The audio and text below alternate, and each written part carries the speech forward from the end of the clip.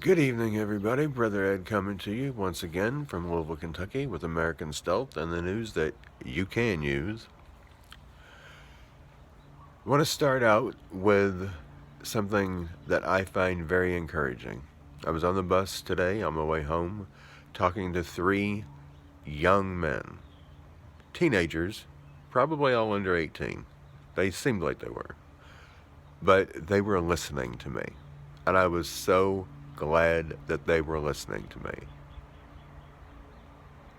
They knew, they understand everything that I was saying. This whole thing is fake. And they already knew it. And they were agreeing with everything that they heard me say. And I was glad to see that they understood. Because these young people are the future of not only this country, they are the future of freedom.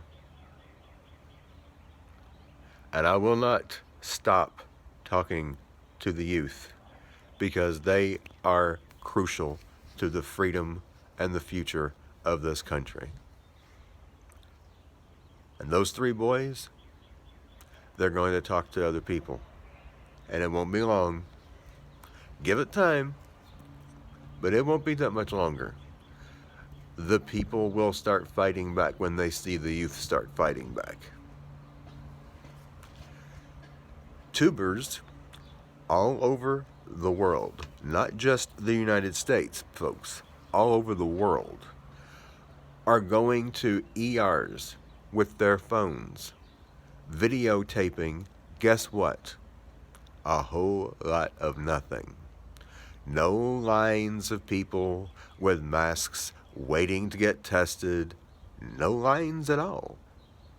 No ambulances bringing people in. The ambulances are just sitting there.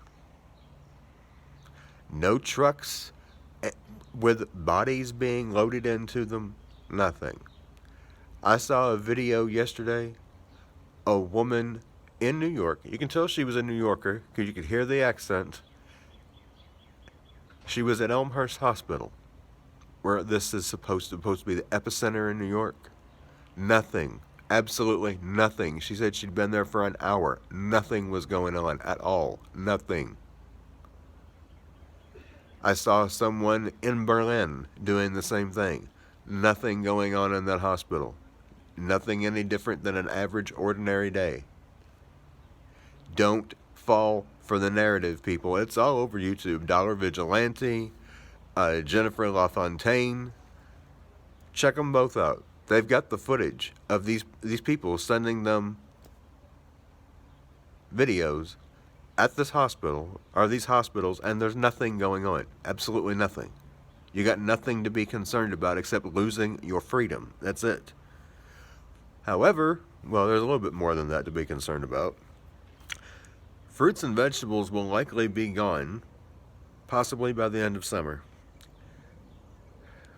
Conditions from the previous year cause massive food shortage. Panic shopping won't help. What will you do when the time comes? Food processing companies will eventually shut down as fake viral narrative continues to spread panic. No one will go to work. Immigrants with work visas aren't being allowed in the country to help grow our food for us. I met someone just yesterday who's been out of work and staying home since, or it has to be home, I should say, until the 30th of April this month. And he's already been off work for 3 weeks. The guy's going stir crazy. Poor thing. Even doctors and nurses are saying that the government and the media is lying about how bad this situation is. People selling live chickens are running out of chickens to sell. Some are running out of hogs because people know what's coming. They're buying up as many pigs and chickens as they can because they know they're going to need food. I'm talking laying hens, not frying hens. Harmony Beef Processing Company has halted production while Tyson and others will likely be next.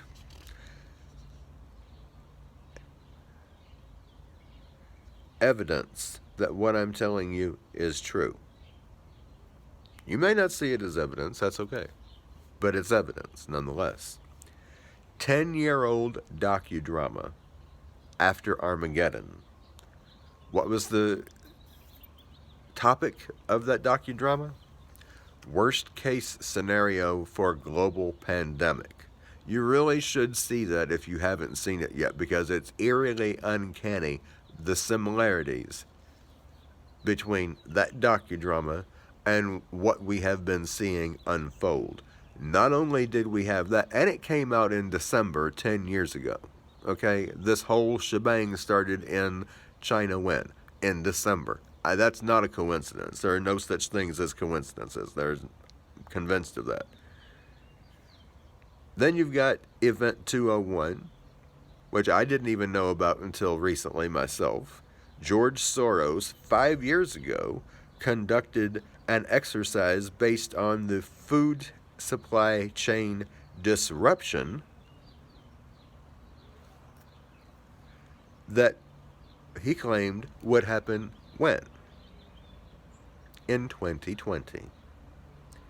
It's all pre-planned. Every last bit of it has been pre-planned, and we fell for it. It's not just you. I fell for it for a couple of months myself. I was convinced this whole thing was a real shebang, because I, like you, had been programmed to expect it. And I did expect it, but I didn't expect it was going to be fake. I expected it was going to be the real thing. And the real thing will eventually happen. But it isn't, it's not here yet, folks. It's not here yet. So take a deep breath, sit back, relax, wipe your brow. You don't have anything to be concerned about as far as getting sick, for the most part. Common cold, upper respiratory infection, lower respiratory infection, seasonal flu, yeah, that can make you really sick, and some people could die from it. But that's all there is out there at this point, folks. That's it. And you can take preventative measures to keep yourself from getting sick from anything. I've given you a list of, 30, 40 herbs that you can use.